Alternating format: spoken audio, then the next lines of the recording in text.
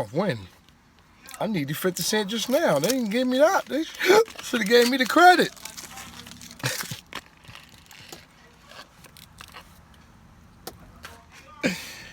Y'all niggas don't know shit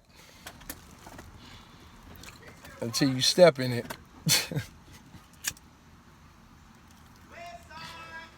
Hey, I got something to do before I die.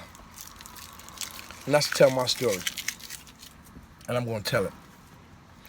See, when I did my time, I didn't get to tell nothing. And that's because I was living by code. And I'm not mad at it.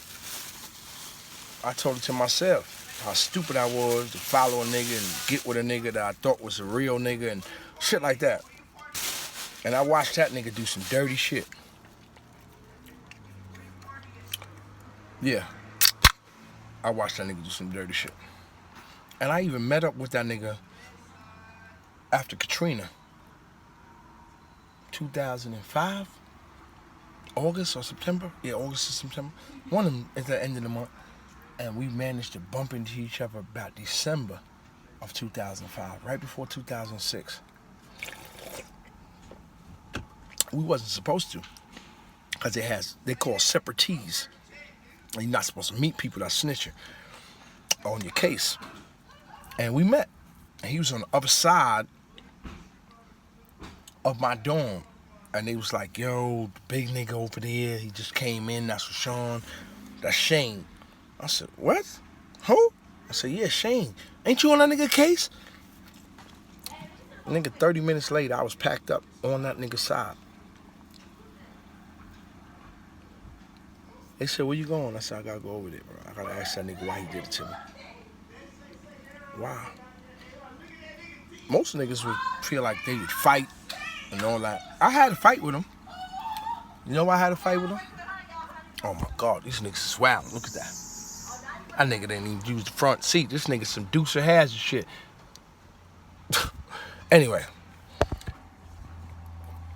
I had a fight with him, but it was because he was upset with me because he felt like I was the reason why he was in jail. And he felt like that because me and my baby mama, shout out to my baby mama, was in the club and we got into an altercation prior to him getting there. And when he got there, we enjoyed the night like we normally do, VIP, and did our thing. But when we left, the people we had an altercation with earlier was waiting for us. And we wound up whooping their ass and knocking them the fuck out. And I cracked the nigga head to the floor, and the nigga hit the floor.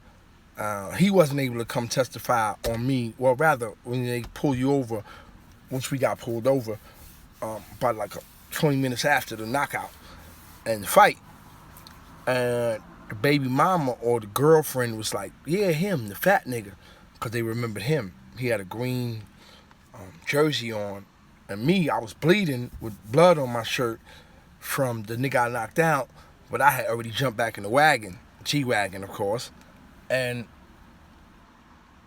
nobody was able to point me out because the nigga I knocked out and his girl was already in the ambulance going with him. So he got locked up, and everything went to shits from there. He had a warrant, but he got bailed out. But by the time the fingerprints came back, he was already gone. But the feds was on the way to him, because now they got your address for who bails you out, and they got your truck license plate to wherever that address is, and that's how they found him, and that's how the operation went down. So now I want y'all to tune into the actual movie and the book on, I'm gonna name it right now. Let me think of it. I haven't named it yet, but let me think of it. I'm gonna let y'all know right now. You're gonna be the first people to hear it. What goes up must come down. What goes up must come down.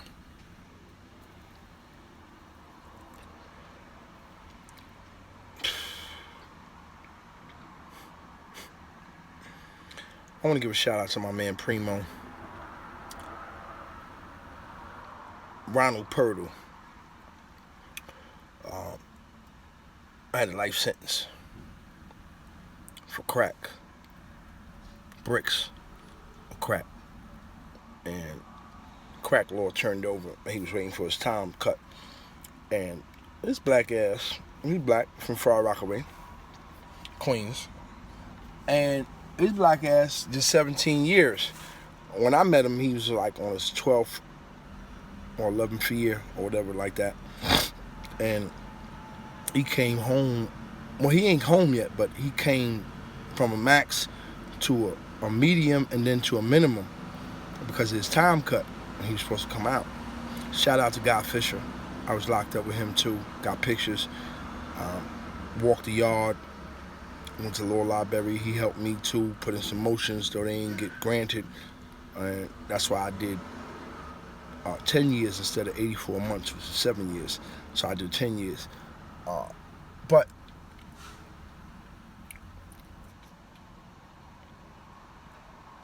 my man, my friend,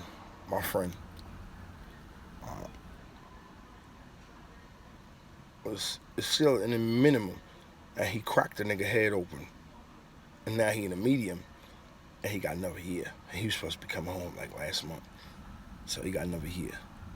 I ain't sending a nigga no money in like a couple of months, but this week I'm gonna send him some bread if I remember. So that's one of the things about being home and being in jail. Niggas think it's so easy, and they wonder why women leave them. Nigga, women really send you money and write you letters because you're the only thing that they remember.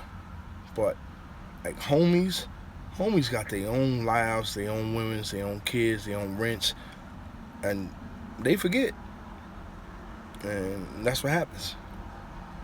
So shout out to all those that's doing time in prison. If you ever see this, I want y'all to understand that, man. Niggas forget.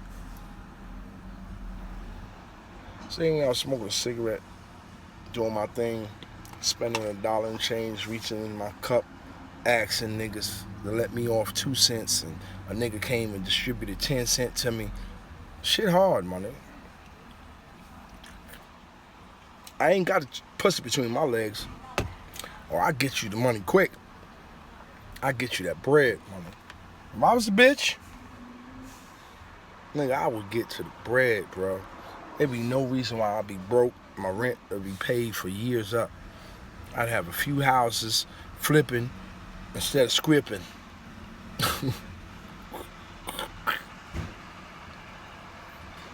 I'm in a gas station smoking a cigarette. I gotta get the fuck up out of here, man. Y'all niggas is crazy. Y'all trying to blow me up. Let me put this shit out. You know how I put a cigarette out? I'll do like that.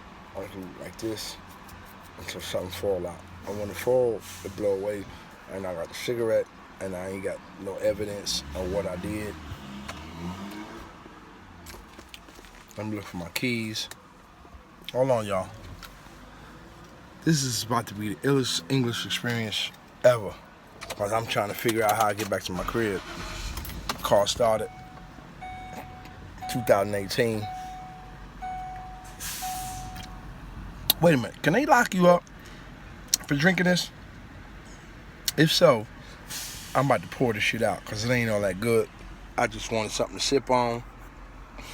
And I want y'all to be witnesses, and I want to have this on camera when I throw it out.